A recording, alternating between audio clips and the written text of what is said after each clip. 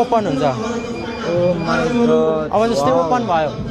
नमस्कार, मेरो नाम चाहिँ निर्मल बास्कोटा। म यही फिलिम माध्यमिक विद्यालय क्लास 12 सिभिल इन्जिनियरिङ। यो चाहिँ हाम्रो यो चाहिँ अटोमेटिक स्मार्ट ब्रिज हो। जस्तै यहाँ नाम हेर्न सक्नुहुन्छ। यसले चाहिँ अब यहाँनिर जस्तै अग्लो अग्लो सिपहरू आउनु पऱ्यो भने चाहिँ यो अटोमेटिक उठ्ने हो।